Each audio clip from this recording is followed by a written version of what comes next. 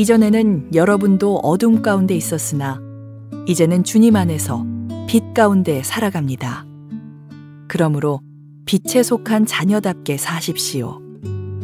빛은 선하고 의로우며 진실된 삶으로 인도합니다. 하나님을 기쁘시게 하는 일이 무엇일지 생각하십시오. 어둠에 속한 자들처럼 행동하지 않도록 주의하십시오. 그런 것은 아무 유익도 없습니다. 오직 선한 일을 하여 어둠 속에서 행하는 일들이 잘못된 것임을 알리십시오. 몰래 저지르는 그런 일들은 입에 담기조차 부끄러운 것들입니다. 그러나 빛이 오면 모든 것이 환히 드러날 것입니다. 성경에서도 잠자는 자여 일어나라. 죽음에서 깨어나 일어나라. 그리스도께서 내게 빛을 비추실 것이다 라고 말하고 있습니다. 네, 고맙습니다. 우리 가슴에 손을 얹고 믿음을 고백하고 말씀을 듣겠습니다. 제가 먼저 고백하겠습니다. 하나님은 나를 사랑하십니다. 나는 그 사랑 안에 있습니다. 하나님은 오늘 나에게 말씀하실 것입니다. 그 말씀에 능력이 있습니다. 그 말씀에 생명이 있습니다. 나의 마음을 하나님께 열겠습니다. 나의 생각을 예수님께 집중하겠습니다. 들은 만큼 변합니다. 들은 만큼 행복해집니다. 저희는 에베소서 4장 이후로 거듭난 그리스도인의 삶에 대한 말씀들을 계속 묵상하고 있습니다. 지난 주일날은 거룩에 대한 말씀을 묵상했습니다. 음란과 음과 더러움과 탐욕은 너희 중에서 그 이름이라도 부르지 말라 이러면서 성경 가운데 하나님께서 거룩하니 너희도 거룩할지니라 말씀하셨던 거룩에 대한 묵상을 함께 나누어 보았습니다. 오늘은 거듭난 사람들의 삶에서 빛에 대한 이야기를 해보려고 합니다. 빛 가운데 있는 삶에 대해서 함께 말씀 묵상하면서 하나님께서 우리 가운데 각자에게 주시는 하나님의 음성이 있기를 바랍니다. 5장 8절부터 14절 말씀인데 우선 8절은 쉬운 성경에 이렇게 시작됩니다. 이전에는 여러분도 어두움 가운데 있었으나 이제는 주님 안에서 빛 가운데 살아갑니다. 그러므로 빛에 속한 자녀답게 사십시오. 이렇게 오늘 본문이 시작되는데 같은 5장 8절을 개역 개정으로 한번 읽으면서 묵상을 나눠보겠습니다. 5장 8절 같이 읽겠습니다. 시작. 너희가 전에는 어둠이더니 이제는 주 안에서 빛이라. 빛의 자녀들처럼 행하라. 오늘 우리가 묵상하려고 하는데 빛의 자녀의 삶에 대해서, 빛의 삶에 대해서 이야기하는데 아주 중심을 이루고 있는, 그리고 근본적인 방향을 보여주는 구절입니다. 이 말씀에는 우리 정체성에 대해서, 거듭난 우리 그리스도인들의 정체성에 대해서 나와 있을 뿐만 아니라 거듭난 우리들이 어떻게 그 정체성 아래서 살아야 되는가에 대한 모습들도 나와 있습니다. 첫 번째 말씀이 가르쳐주는 우리 정체성은 우리는 주 안에서 빛이다 라는 것입니다. 한번 따라 하시길 바랍니다. 우리는 주 안에서 빛이다. 너희가 전에는 어둠이더니 이제는 주 안에서 빛이라 이렇게 설명합니다. 이 말씀이 의미하는 것은 우리가 예수님을 만나기 전에는 어둠 가운데 살았고 또 우리가 본질적으로 어둠이었다 이 말씀을 하는 것이죠. 그러나 우리가 예수님을 만나고 난 다음에 이제 우리는 빛 가운데 살게 되고 또 예수께서 우리 가운데 빛으로 임하심으로 말미암아 우리 본질이 빛이 되었다라는 의미를 함께 가지고 있는 겁니다. 우리가 어둠 가운데 살았다는 이야기는 우리가 예수를 믿기 전에 육체적으로 보지 못하고 제대로 깨닫지 못하는 그런 소경이었다는 말이 아니라 육체적으로 눈도 있고 또 마음도 있지만 정말 볼 것을 보지 못하고 정말 깨달을 것을 깨닫지 못하는 영적 소경이었다. 이것을 이야기하는 것입니다. 요한복음 9장을 보게 되면 예수님께서 나면서 소경된 사람을 치유하시는 장면이 하나 나오는데 내용이 이렇게 전개됩니다. 예수께서 길가에 지나가시다가 나면서 소경된 사람이 구걸을 하고 있는 걸 보면서 이제 그를 만나게 되어서 그의 눈을 고치시는데 침을 뱉어서 땅을 진흙을 갠 다음에 그 진흙을 눈에 바르세요. 그리고 말씀하시기를 실로암에 가서 씻으라 이렇게 말씀을 하자 이 사람이 그 말씀에 순종하여서 실로암까지 내려가서 물로 씻었더니 놀랍게도 눈이 띄어져서 보게 되었다 이렇게 이제 말씀합니다. 그러니까 야단이 났습니다. 마침 그날이 안식일이었다고 성경에 기록되어 있으니까 더 야단이 났습니다. 아무튼 간에 많은 시끄러운 과정을 거쳐서 이 사건 끝부분에 가게 되면 주님께서 이런 말씀을 하세요. 나는 심판하러 세상에 왔다. 보지 못하는 사람을 보게 하고 보는 사람을 보지 못하게 하기 위해서이다 이래요. 나는 심판하러 이 세상에 왔는데 보지 못하는 사람을 보게 하고, 이제 그 사람 같은 것이죠. 또 보는 사람을 보지 못하게 하러 왔다 이러니까 그 말을 듣고 있었던 몇몇 바리새인들이 느낌이 아마 좀 이상했는지 이렇게 예수님에게 질문을 합니다. 그러면 우리도 앞을 보지 못하는 사람이란 말입니까? 그럼 우리도 앞을 보지 못한단 말입니까? 이렇게 말을 하자 주님께서 그들에게 대답하십니다.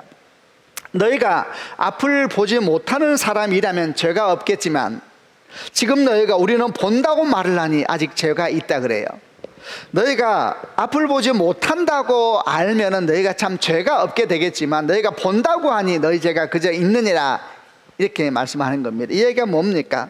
지금 육체적으로 이들이 눈을 떠서 보고 있고 나는 다 보고 있다, 다 알고 있다 생각하지만 주님 보시기에 정작 볼 것을 보지 못하는 영적 소경이 바로 너구나 이렇게 이야기하는 것이죠. 여기에는 눈을 보지 못한 자와 눈을 뜬 자가 아주 대조되면서 보세요. 나면서부터 소경된 사람은 자기가 육체적으로 보지 못하니까 보지 못하는 걸 알기 때문에 다윗 자손 예수여 이러면서 불쌍히 여기다로 은총을 간구하고 있지만은 바리새인들은 자기들이 본다고 생각하기 때문에 은혜를 구하지 않는 겁니다. 본다고 생각하기 때문에 주님을 향하여 진지하게 반응하지 않고 있었지 않습니까? 이제 이런 모습을 설명하는 걸 겁니다. 스스로 본다 생각하니, 스스로 안다 생각하니 하나님 은혜가 그에게 미치지 못하는 것이죠. 우리가 예수님을 믿기 전에 이런 인생을 살았다는 것입니다. 우리가 다 소경이었다는 것입니다. 그렇지 않습니까? 우리는 어디서 와서 사실 어디로 가는지 하나도 몰랐습니다. 오늘 사는 이유가 무엇인지, 사는 목적이 뭔지 우리는 우리의 삶이라고 생각했지만 정작 우리가 우리 삶에 대해서 아는 것은 아무것도 없었지 않습니까? 이것이 바로 우리가 어둠 속에서 살았다는 하나님의 말씀일 겁니다. 그러나 우리가 예수를 만나게 됨으로 말미암아, 그리고 빛 대신 주님께서 우리 안에 들어오심으로 말미암아 우리는 모든 것을 알게 되었습니다. 우리는 어디서 시작되었고 어디를 향해서 가는 길인가, 오늘 우리는 무엇을 하며 살아야 되는가, 그 모든 것을 알게 된 것이죠. 여전히 우리는 비틀거리고 때때로 고민하고 살아가지만 우리는 보게 된 것입니다. 아멘이죠. 이것이 예수를 믿음으로 말미암아 우리 가운데 나타난 하나님의 역사인 것입니다. 저도 가만히 생각해 보면은 정말 하나님께서 주를 만나게 됨으로 말미암아 알게 하고 보게 한 것 같아요. 저는 모태신앙이 아니어서 어릴 때 교회 다니는 친구들 보면서 약간 비웃기도 하고 좀 이렇게 냉소적으로 말하기도 하고 그러면서 그 어린 나이에 예수를 안 믿는 이유를 구구절절히 얘기를 많이 했습니다. 근데 제가 목사가 되고 나서 그 일을 돌아봅니다.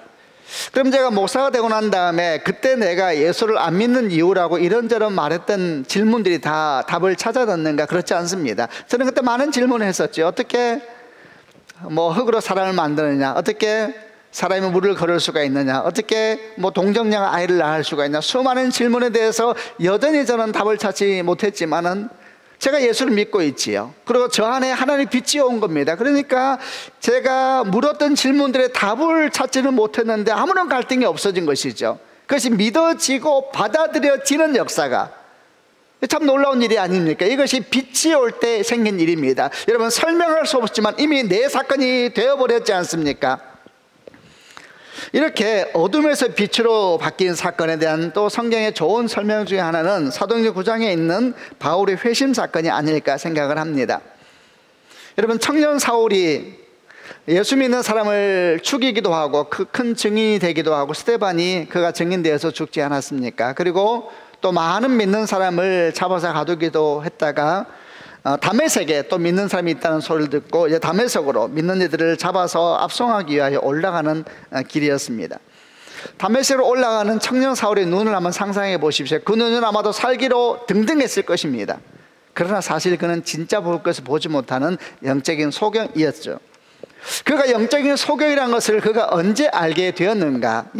다메섹으로 가는 도중에 빛을 만나게 되면서 그가 알게 됩니다. 여러분, 그런 것입니다. 빛이 오기 전까지는 자기가 어둠에 있는 것을 어둠 자체이기 때문에 깨달아 알 수가 없는 것이죠.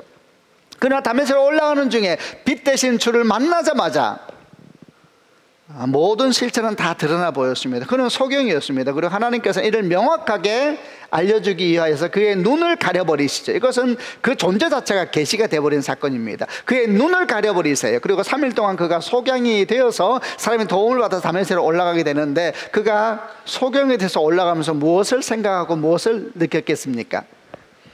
그는 자기가 한다고 생각했습니다. 그러나 아무것도 하는 게 없었습니다. 그는 자기가 선하고 바른 일을 한다고 생각했지만 사실은 그는 예수 믿는 자를 죽이고 예수를 핍박하고 있는 자리에 서고 있다는 사실을 깨달았을 뿐이지요. 그는 사실은 소경이었던 것입니다.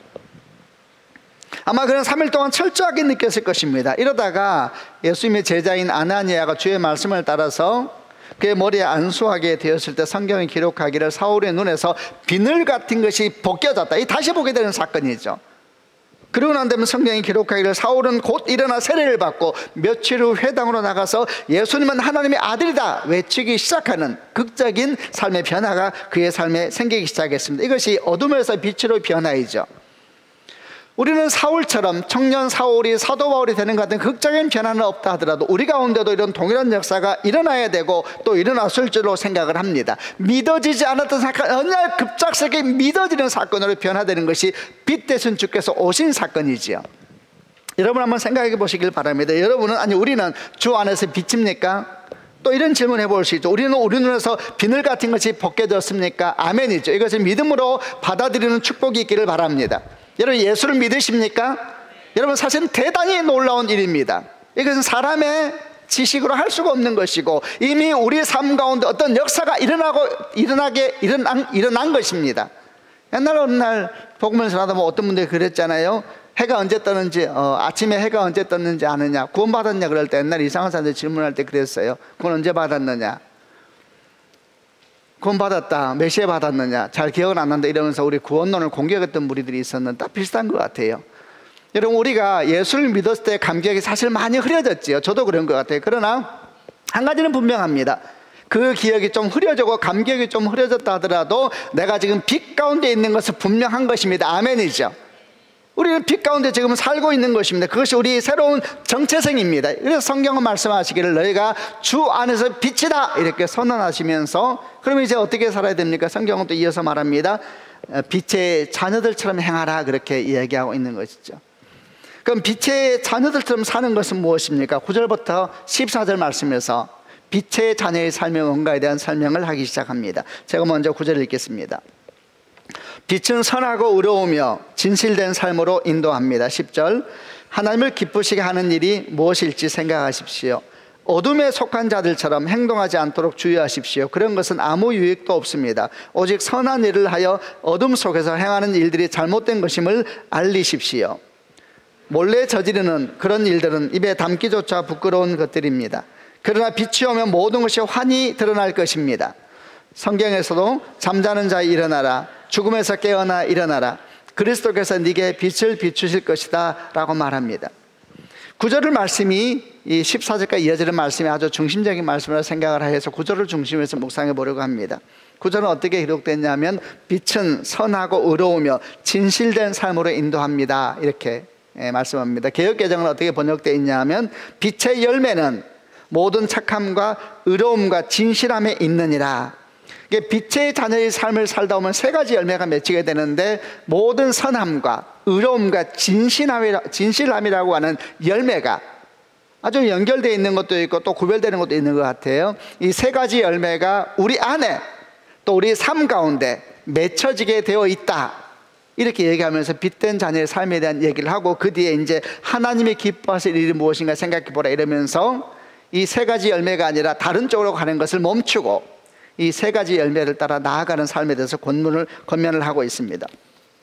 우선 세 가지 열매에 대한 묵상에 앞서서 우리가 하나 발견한 것이 있는데, 그것은 우리 삶에서 중요한 것은 우리가 어떤 일을 하는 일의 종류나 크기가 아니라는 것입니다.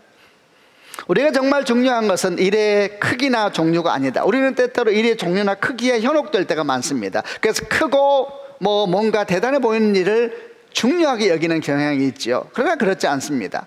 오늘 성경이 가르쳐주는 것은 중요한 것은 일의 크기가 아니다. 중요한 것은 그 일로 말미암아 어떤 열매가 내 인생 가운데, 그리고 그 일로 말미암아 어떤 결과들이 생겼느냐, 이게 중요한 것이죠. 큰 일을 하느냐 작은 일을 하느냐 하는 게 중요한 것이 아니라, 또 우리가 교회이기 때문에 큰 교회나 작은 교회나 이게 중요한 게 아니라 그 일로 말미암아 어떤 열매가 맺혀지고 있느냐, 그 열매가 오늘 성경에서 말씀하시는 것처럼 선하고 의롭고 진실함이라는 그런 열매가 맺혀지고 있는 것이면 그것이 빛의 열매이죠. 그러나 만약에 우리가 주의 이름을 열심히 애쓰고 노력하고 대단히 놀라운 일을 하는 것처럼 보인다 할지라도 그 열매가 선하고 의로우며 진실함의 열매가 맺혀지지 않는다면 아주 조심하고 경계해야 되는 것입니다. 이제 열매를 하나하나 얘기해 보겠습니다. 첫 번째, 빛의 열매는 모든 착함에 있다 그랬습니다. 모든 착함이라는 개역개정의 번역인데 이것은 쉬운 성경에서는 선함으로 번역되어 있고요, 또 갈라디아서 5장에 나오는 성령의 열매 중에는 양선이라고 번역되어 있는 개역개정 번역이죠. 양선이라고 번역되어 있는 것인데 선하심이다 이렇게 이해하면 좋을 것 같아요. 선하심은 성령의 열매가 하나님의 성품이시죠. 이런 선하심이 우리가 빛의 인생을 살아가게 되면 우리 인생 가운데 열매를 맺혀지게 된다는 거예요. 이런 선하심이 내 내면 가운데서, 그리고 우리가 살아갈 때 생기는 모든 삶의 자리에서 선함이라고 하는 열매가 맺혀지게 될 것이다 그랬습니다. 선함이 뭔가에 대해서 묵상을 하면서 우선 하나님의 선하심에 대한 얘기를 묵상하면서 우리 모습으로 끌어오려고 합니다. 하나님의 선하심은 구체적으로 어떤 것일까? 굉장히 다양한 설명을 하고 있을 것인데 그 중에서 성경에 나오는 하나님의 선하심에 대한 고백 중에 가장 우리가 많이 알고 있는 고백을 가지고 얘기를 나눠보려고 합니다. 그것은 시편 34편 다윗의 고백인데요, 34편 8절부터 10절까지 이것도 개역개정으로 같이 읽어보려고 합니다. 8절을 한번 큰 소리로 읽겠습니다. 시작. 너희는 여호와의 선하심을 맛보아 알지어다. 그에게 피하는 자는 복이 있도다. 9절. 너희 성도들아 여호와를 경외하라. 그를 경외하는 자에게는 부족함이 없도다. 10절.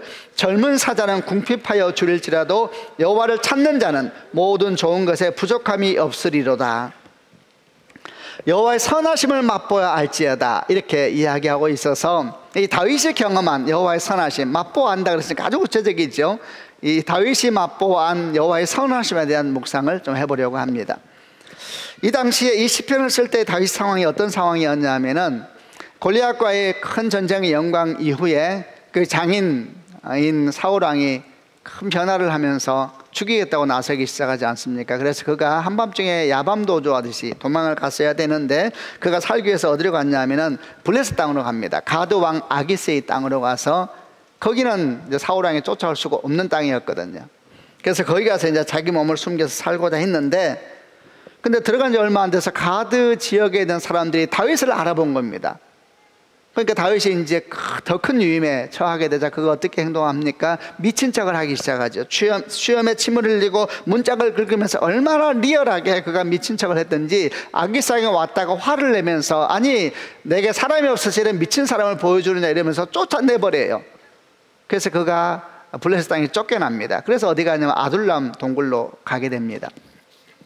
아둘람 동굴에 갔을 때 사람들이 모여들기 시작하죠. 어떻게 소문이 났는지 다윗의 형제들이 모여들고, 그리고 또 어떤 사람이 모여드냐 하면은 환난당한 자, 빚진 자, 마음이 원통한 자 400명이 모여드는 상황이 됐습니다. 이런 상황 속에서 그가 지은 믿음의 고백 시편 34편입니다. 그리고 그 중심에 여호와의 선하심을 맛보아 알지어다라는 고백이 있는 거죠.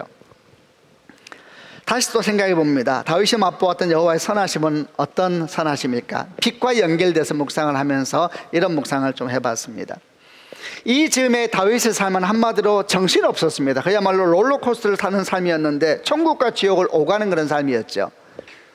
처음에 골리앗을 죽이고 승리 행진했을 때 그는 정말 영광의 자리에 섰습니다. 우리는 그 노래를 기억하지 않습니까? 다윗이 죽인 자는 만만이요 사울이 죽인 자는 천천히로다. 이스라엘 왕이 사울이었지만 사울 왕의 영광보다 다윗이 영광이 더 컸으니까 그가 골리앗과의 전쟁 직후에 정말 하늘 높은지 모르고 올라가는 영광의 자리에 그가 섰습니다. 그러나 곧 그의 장인이 죽이겠다고 나섰을 도망자가 되어서 대적의 땅에 들어갔다 그랬습니다. 블레셋 가드 지역이라 그랬죠. 가드가 어떤 곳이냐? 골리앗의 고향입니다. 아주 아이러니한 그림이죠. 거기 가서 살겠다고 골리앗을 죽이고 영웅됐던 사람이 골리앗 고향에 몸을 숨기면서 살겠다고 침을 흘리고 그리고 문을 끓는 모습을 상상해 보시길 바랍니다. 그는 정말 한없는 영광의 자리에 있다가 급전직하여서 더 이상 떨어질 수도 없는 지옥과 같은 삶의 자리에 그가 처하게 된 겁니다. 근데 이것도 끝이 아니었죠. 그는 결국 거기서도 쫓겨났습니다. 그리고 아둘람 동굴에 가서 어떤 사람이 모였다 그랬죠? 온 세상의 루저들이 다 모인 겁니다. 패배자들 다. 원통한 자, 빚진 자, 마음이 상한 자들 다 모여들어서 그들은 도대체 다윗에게 무엇을 기대하고 모여든 걸까요? 어쨌든 다 모여들어서 그 동굴은 패배자들이 연합체가 되어버렸습니다. 여러분 잠깐 이 상황을 묵상해 보시길 바랍니다. 그렇게 길지 않은 상황에서 펼쳐진 일들입니다. 큰 영광 가운데 있다가 음부까지 떨어졌다가 다시 이제 패배자들의 모임의 우두머리가 되어 있는 동굴 속에 살고 있는 다윗을 생각해 보면 그의 삶이 얼마나 정신이 없었을까요? 이런 삶의 변화를 계속 겪다 보면 사람이 어떻게 됩니까? 사실 정신없는 사람이 됩니다. 수치심이 인생을 가득 덮을 것이고 우울증과 절망감 이런 것들이 그를 가득 덮지 않았겠습니까?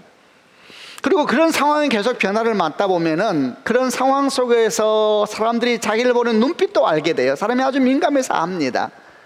골리앗을 죽이고 승리 행진을 할 때 얼마나 많은 사람이 그를 정말 영웅으로 보면서 그 눈빛이 다 나타나요. 아, 저 사람이 정말 나를 존경하고 있구나 이런 게 나타나겠죠. 그러나 또 살기 위해서 미친 짓을 하고 있을 때는 어땠을까요? 여러분 그때 가드 땅에 다윗 혼자 간 게 아닙니다. 몇몇 무리가 같이 따라갔거든요. 그러니까 그 사람들은 멀리서 다윗의 행동을 봤겠죠. 자기 리더라는 사람이 살아보고 있다고 골리앗의 고향까지 와가지고 그런 모습을 하고 있는 것을 바라볼 때에 그 동료들의 눈빛이 어땠을까요? 부하들의 눈빛이 어땠을까요? 또 아둘람 동굴에 가서 패배자들의 모임 한가운데 있을 때 그들이 다윗을 바라보는 눈빛은 어땠을까요? 사람이 참 묘하죠. 상대방에 따라 눈빛이 변합니다.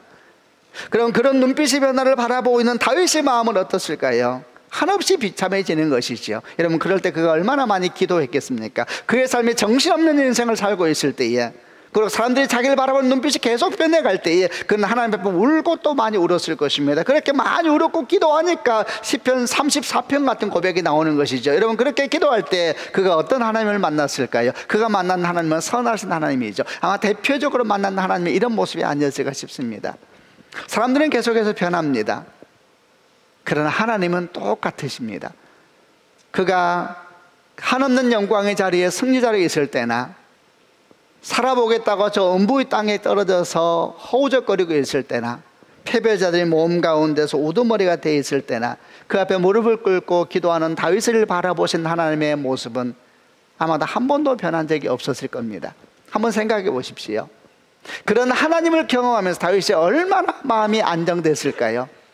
사람들의 눈은 계속 변하고 자기를 이런 모습 저런 모습으로 어쩔 때는 불쌍히 바라보고 어쩔 때는 사람도 하는 것처럼 바라보고 어쩔 때는 영웅처럼 바라보는 그들이 변한 눈빛 속에서도 눈빛 속에서 흔들리는 인생이 하나님 앞에 갈 때마다 여전히 변치 않고 안으시는 하나님, 변치 않고 기다리시는 하나님. 여러분 그분이 하나님이시거든요.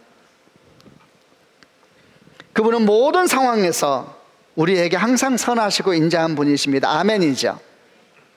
요한복음 7장 37절 38절에 이런 말씀이 있습니다. 누구든지 목마르거든 내게로 와서 마시라. 나를 믿는 자는 성경의 이름같이 그 배에서 생수의 강이 흘러나리라. 누구든지 목마르거든 내게로 와시라. 주님 보시기에 모든 사람은 다 긍휼이 필요하고 모든 사람은 다 은총이 필요한 사람이어서 주 앞에 차별되는 사람은 아무도 없는 것입니다. 주님은 모든 사람에게 선하시거든요. 그러니까 이렇게 말씀할 수가 있죠. 누구든지 목마르거든 내게로 와서 마시라. 이게 하나님의 마음이죠. 여러분 이게 빛의 속성입니다. 빛은 차별하지 않습니다. 빛은 왕이나 거리이나 똑같이 그 따스함을 비추어 줍니다. 빛은 그 사람의 환경을 따라 반응하지도 않습니다. 그가 박수를 받는 엄청난 성공의 자리에 있을 때나 절망과 눈물로 패배자의 자리에 떨어졌을 때나 빛은 똑같은 모습으로 그의 인생을 덮어주는 것이 빛이시죠. 그분이 하나님의 속성이지 않습니까? 빛은 열려있으면 어디든지 갑니다. 항상 주님은 달려가시지요. 빛은 닫혀있는 곳에 가면 어떻게 하는가? 그 바깥에서 바로 기다리십니다. 열릴 때까지. 그분의 온유하신가 변치 않으신. 계시록 3장 20절 말씀에 볼지어다 내가 문 밖에 서서 두드리노니 누구든지 내 음성을 듣고 문을 열면 내가 그에게 들어가 그러도 부려먹고 그런 나로도 먹을 것이다. 내 인생 한가운데서 항상 문이 열리기만을 기다리시는 주님, 그분은 빛이시죠. 빛의 열매는 선함이라 그랬습니다. 저는 시편 34편을 묵상하면서 그 선함에 변치 않는 하나님의 어떠하심을 생각해 보았습니다. 여러분 빛에 속한 우리도 그래야 된다는 것이죠. 모든 사람을 향하여서 그 사람의 어떠함에도 불구하고 그 사람의 상황과 그 사람의 성공과 실패에 관계없이 똑같이 바라봐주고 똑같이 안아주고 똑같이 기뻐해주는 그런 인생, 그런 삶이 빛된 자녀의 삶이어야 된다 이렇게 말하고 있습니다. 여러분 이게 가능한 일입니까? 사람으로는 절대 불가능합니다. 여러분, 우리는 본능적으로 차별하고 또 구별합니다. 의지적으로 노력해도 이것은 극복할 수가 없습니다. 사람은 본능적으로 차별합니다. 우리는 거짓과 차별이 우리 본성이라는 사실을 이런 받아들여야 합니다. 어느 날 제가 책을 하나 보게 되었는데, 책 제목이 거짓말하는 착한 사람들이라고 두꺼운 책이었는데, 그 내용 중에 하나 참 잊을 수 없는 내용 하나를 제가 기억을 했습니다. 어떤 사람들이 이제 사람들이 가지고 있는 반응들을 좀 체크하기 위해서 어떻게 반응하는가 해서 한 10명을 전문가를 뽑아서 그림을 가져와서 그림 2가지를 어떤 게 더 가치 있어 보이느냐 이렇게 평가하는 일을 하게 되는데, 두 그룹을 완전히 구별합니다.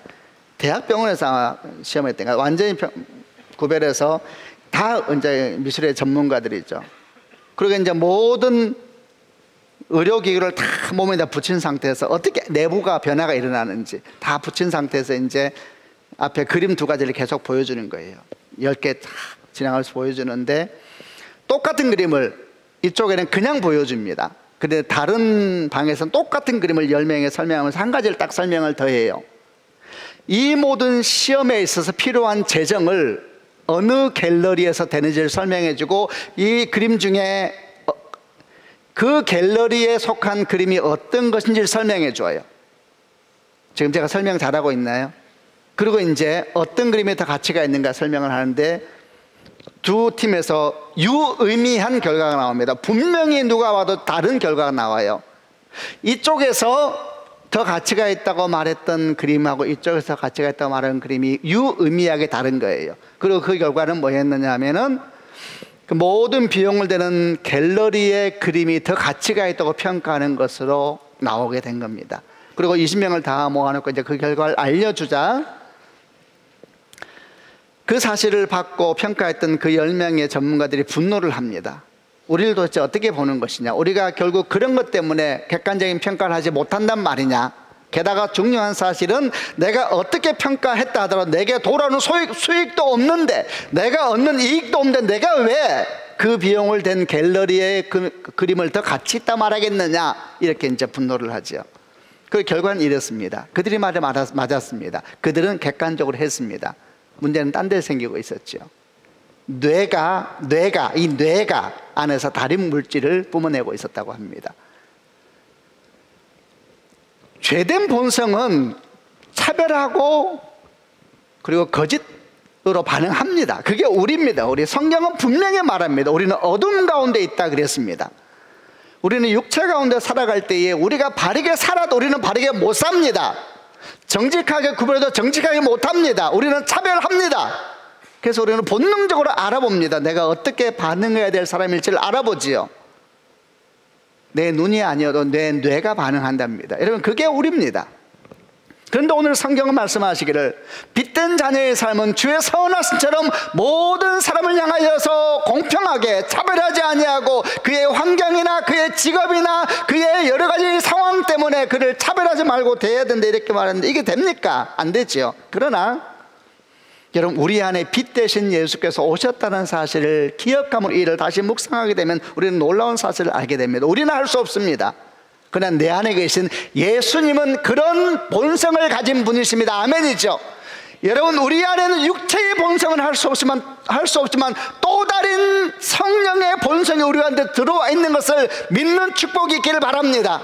우리 본성은 못합니다. 우리는 선하지 못합니다. 우리는 빛의 길을 걸어갈 수가 없습니다. 그러나 빛 대신 예수가 우리 안에 들어오셨기 때문에 이제 우리는 할 수가 있게 된 겁니다. 어떻게 하면 되는가? 주의 이름으로 간절히 소망하고 기도하고 믿음의 선한 선택을 해나가야 되는 것입니다. 이제 우리는 우리 육체의 본성을 따라 사는 인생이 아니라 우리에게 또다시 주어진 영적 본성, 그 본성을 따라 살기 위해서 애쓰고 나아가게 되면 우리 가운데 하나님의 선하심처럼 우리 또한 선한 역사가 일어나게 될 줄로 믿습니다. 육체의 본능을 따라가지 않기 위해서 어떻게 되는가? 여러분, 우리는 하나님을 많이 주목해야 됩니다. 우리 안에 계신 성령을 많이 주목하고 기도하고 소망하고, 아멘, 소망해야 됩니다. 하나님, 내가 정말 우리 하나님의 선하심을 따라서 모든 사람에게 선한 인생이 되길 원합니다. 소망하고 기도하고 하나님의 은혜를 구하며 나가게 되면은 하나님의 성령께서 우리 안에서 그 본성을 따라, 새로운 본성을 따라 우리를 빛의 열매 쪽으로 인도하게 되는 것입니다. 아멘이죠. 그러니까 하나님께서 우리가 빛의 자녀라 딱 선언하시는 것입니다. 그리고 빛의 자녀답게 살아라 약속이지 않습니까? 그러면 역사가 일어나게 될 것이다. 하나님의 선하심처럼 너에게도 선하심의 열매가 맺히게 될 것이다. 그런 축복이 있기를 주 예수 그리스도 이름으로 축원합니다. 두 번째 빛의 열매는 의로움이라 그랬습니다. 의로움. 의로움은 두 가지 면을 가지고 있죠. 첫 번째는 예수를 믿음으로 말미암아 의롭게 되는 의로움입니다. 이것은 법적인 용어입니다. 여러분 로마서 3장에 의하면 우리 가운데 의인은 아무도 없습니다. 성경은 뭐라고 선언합니까? 우리는 모두 죄 가운데 잉태되어 있고 죄 가운데 살아왔다. 목구멍은 열린 무덤이요 입은 저주와 독설로 가득 차 있다. 우리는 평화의 길을 알지 못한다. 우리는 하나님을 두려워하지 않는다. 우리 가운데 선은 없고 의도 없습니다. 그러나 예수님께서 오셔서 여러분과 저의 어둠과 죄를 끌어안고 대신 죽으셨습니다. 아멘이죠. 그리고 그 피를 덧입는 자들마다 하나님께서 우리를 의인이라 칭하셨습니다. 재판에서 재판장이 판결을 내리듯이 그걸 칭의라 그럽니다.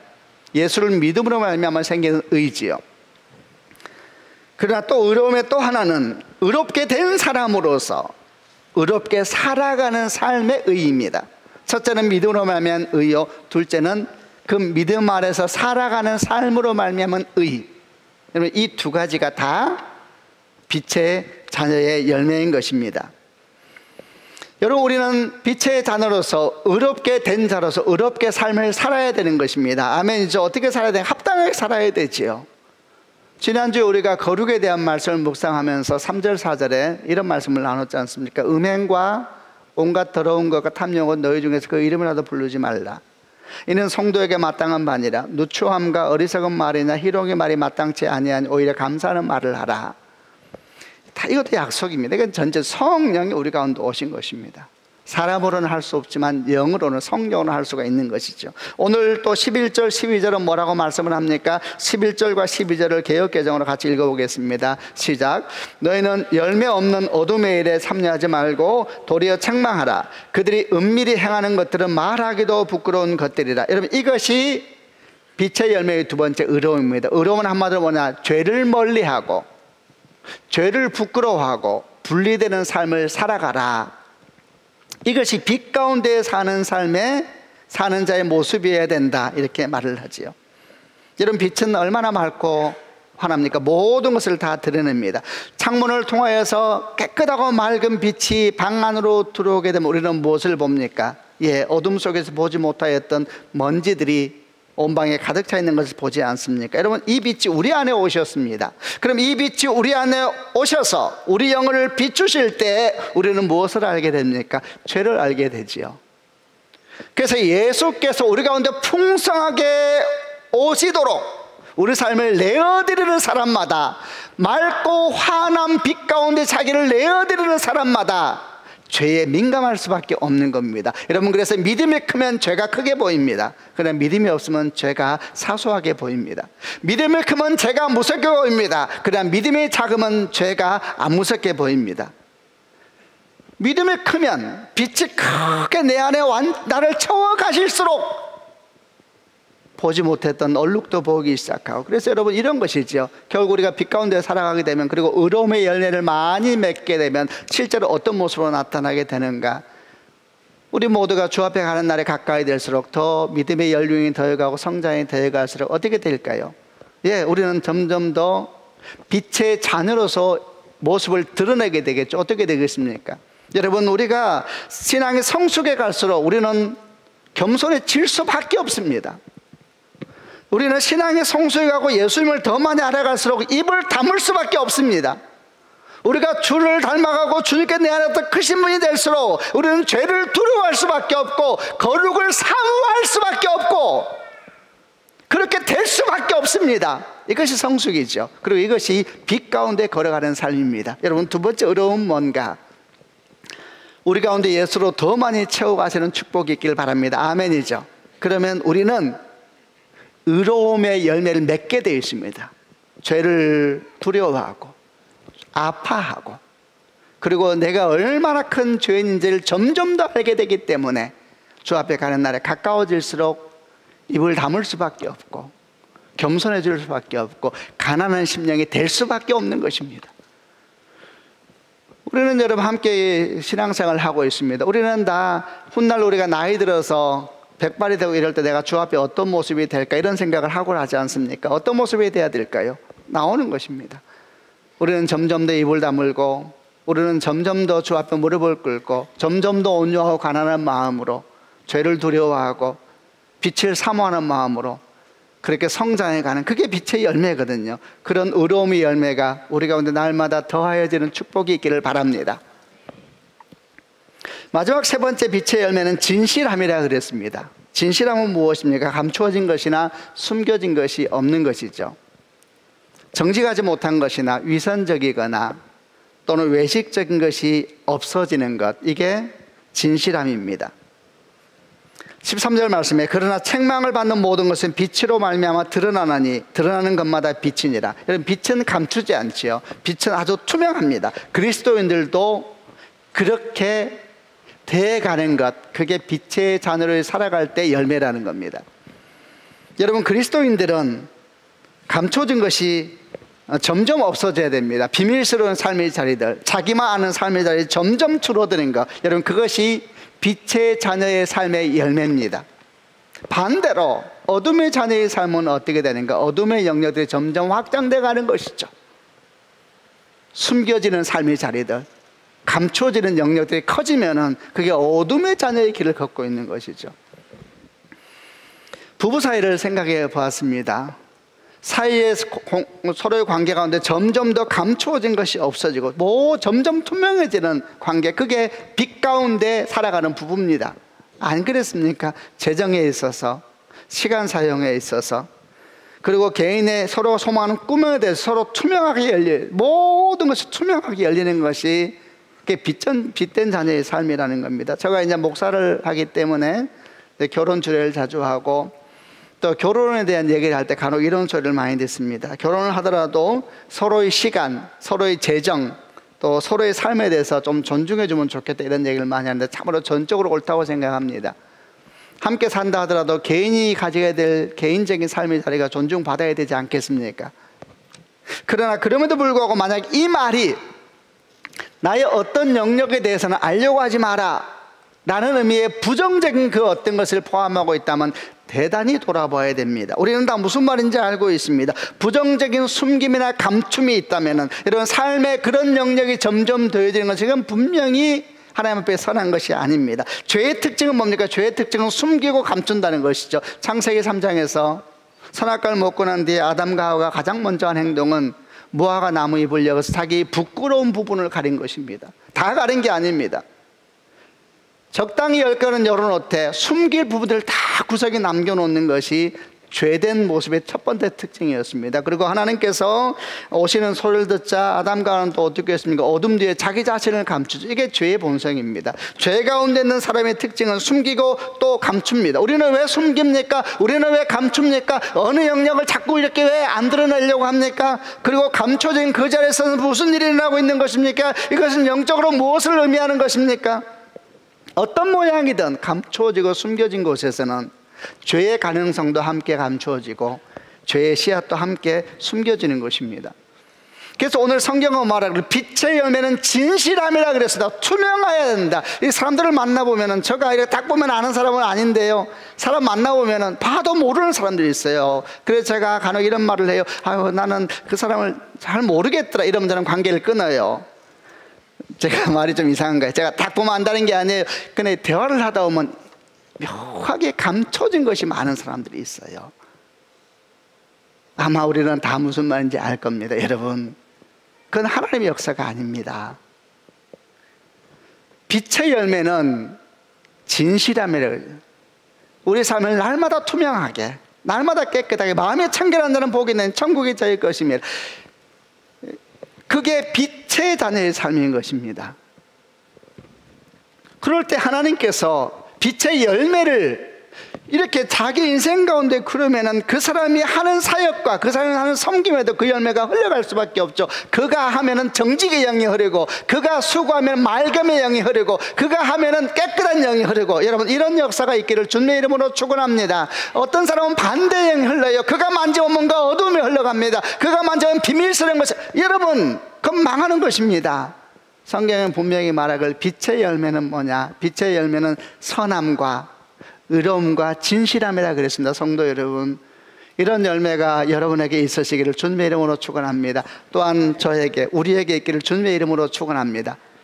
이러면 여러분, 우리 삶은 아름다울 수밖에 없습니다. 우리를 만난 여러분 만난 여러분 가족들, 자녀들은 그 빛 가운데서 성장하게 될 것이니 그 열매가 그들의 삶에도 동일하게 흘러가게 될 줄로 믿습니다. 이렇게 만난 교회가 주의 영광을 나타낼 수밖에 없는 것이지요. 맑고 투명하고 정직하고 그런 아름다운 역사들이 우리 모든 삶 가운데 있기를 다시 한번 주 예수 이름으로 축원합니다. 아멘. 기도하십시다. 한번 가슴에 손을 얹으시길 바랍니다. 사랑하는 성도 여러분, 오늘 우리가 빛의 삶에 대한 주님의 음성을 들었습니다. 하나님께서 우리에게 말씀하십니다. 우리는 주 안에서 빛이다 그랬습니다. 그러므로 빛이 자녀들처럼 행하라 그랬습니다. 특별히 오늘 저희는 주의 말씀을 통하여서 빛의 열매를 세 가지를 나누었습니다. 선함과 의로움과 진실함이라 그랬습니다. 우리 안에 이미 빛 대신 예수가 들어와 계시니 하나님 아버지, 우리 삶에 이런 빛의 열매가 맺혀지는 역사가 있게 하여 주옵소서. 특별히 다가온 말씀 중에 이런 마음에 들어오는 말씀이 있다면 그 말씀을 붙잡고 기도하십시다. 아버지 하나님, 나에게 선함의 열매가 맺혀지게 하여 주옵소서. 악을 미워하고 죄를 멀리하는 의로움의 열매가 맺혀지게 하여 주옵소서. 아버지 하나님, 내가 참으로 인생의 날마다 투명하여지고 맑아지고 숨겨지는 영역이 점점 줄어들어가는 진실함의 열매가 나에게 맺혀지게 하여 주옵소서. 어떤 부분이든지 붙잡고 함께 통성으로 하나님께 기도하겠습니다.